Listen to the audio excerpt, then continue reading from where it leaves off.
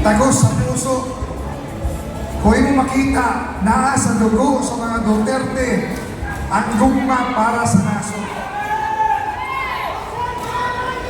Duterte! Duterte! Duterte! Daghang salamat. Daghang kay salamat. Moingon sila nga ngayon yung armas sila ka gina-idolize, ginasimba. Wala na mong isimba. Wala mong giinulo. Wala mong naginudhan. Amo man kong nabati kung unsa ang tinuon kapag gobyerno sa panahon sa mga Duterte. Ako na. Alam niyo sa mga kababayan natin sa Luzon, Visayas, Mindanao, hindi po namin sinasamba mga Duterte. Hindi po namin yan iniinulo. Bakit grabe tago sa puso yung suporta at pagmamahal namin sa mga Duterte? Alam mo po kung bakit? Kasi ramdam namin ang totoong panggobyerno. Yung panggobyerno na walang nakaw. Yung panggobyerno na para sa tao. Yung panggobyerno na may tapang at malasakit. Yung panggobyerno na nararamdaman. Panggobyerno na para sa ordinaryong mamamayan. Yan ang hindi nyo maintindihan. Kayong mga nagpakaroon nun niya, hindi ninyo masaktan. Nga naman, noon kasi wala kaming boses. Pero nang si Rodrigo Duterte naging presidente, kami mga taga-Davao, tayo mga taga-Davao, alam natin yon. Pero nung si Duterte naging presidente, for the first time in Philippine history, mula kay Aguinaldo hanggang kay Rodrigo, dyan lang natikman, doon lang nalasapan ng mga Pilipino ano ang totoong liderato, yung may pagmamahal sa pamilyang Pilipino. Palakpakan natin yan! Yun lang. Bakit si Mar Masangkid hanggang ngayon mahal na mahal si Duterte? Hindi dahil bakla si Mar. Hindi dahil si Mar ay politiko. Hindi. Sa edad niyan yan, nakita ni Mar ano ang Davao City noon.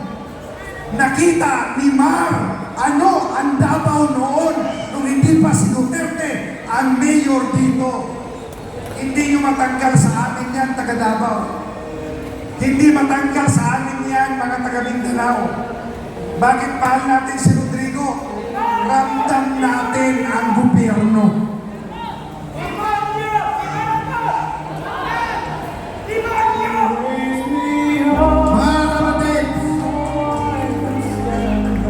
Ang gusto po lamang na mangyari ng Solid Duterte Supporters Group sa mga taga-Davao nga naminaw karon sa kilid-kilid, sa mga taga-Davao nga natabangan sa liderato ni Tatay Digong o ni Pipinay Sara. Kanosa ka! Mubalok para sa ilaha!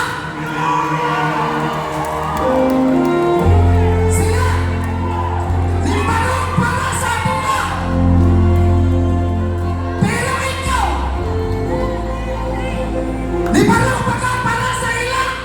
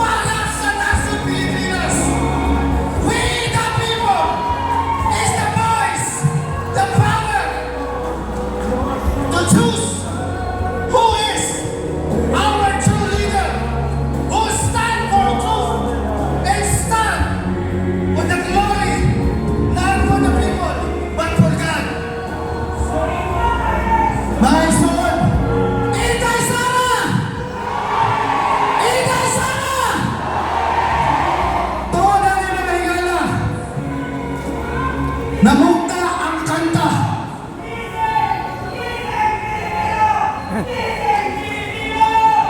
Yes! Yes! Atong gitawagan. Salamat mga igsoon. Ladies and gentlemen, this is our part na ipakita nato sa inyong tanan. In behalf sa ato ang Komisyoner para masangit, masinani ginabatik. Pero ang iyang dedikasyon para sa katawhan na agyapon. Wala na undang sukad niya atong 2016 and until now. Grabe, 20 years.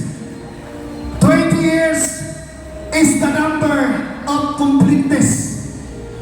Pasabot, 20 years is a number na nagpakita na dili lamang si Rodrigo, si Inday Sara ang kauban nato. 20 years, number 20 is the number that God never leave us. God is with us. God will help us. Pastor John Tamas to brief us this music video na para kay Bibi Inday Sara, para sa nasong Pilipinas. May bibi, ako nagtuo na walay batong bantilis nga di mabuak sa inahinay tulong sa ulan. Diha, gidakop o gikidnap nila ang atong Pangulong Rodrigo Duterte. Gigumot ang akong kasing-kasing o last year isulat nako ang kanta, Ang Pilipinas Kong Mahal. Siguro mga igsoon, ako ang nagsulat sa mga kanta. Apan ang awit, isiguro na ko sa inyo na maukini ang pagbati ni Vice President Inday Sara para sa nasod. Blessed is the nation whose God is the Lord.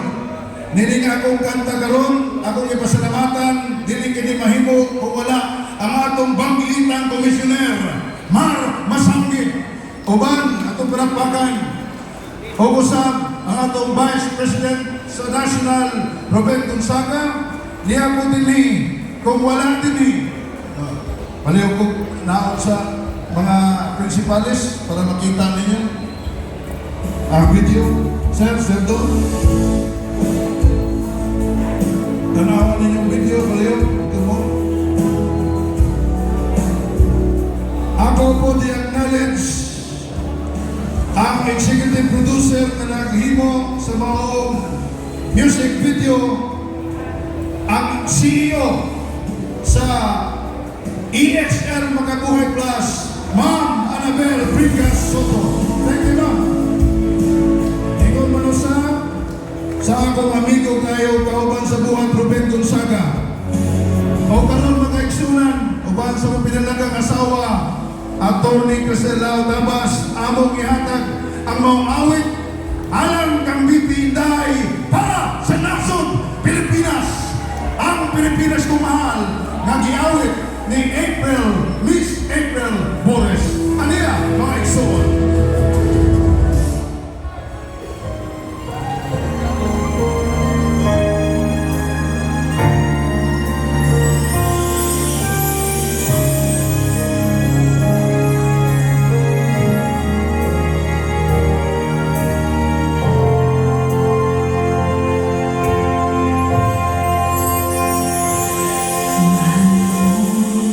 Ang Pilipinas, ito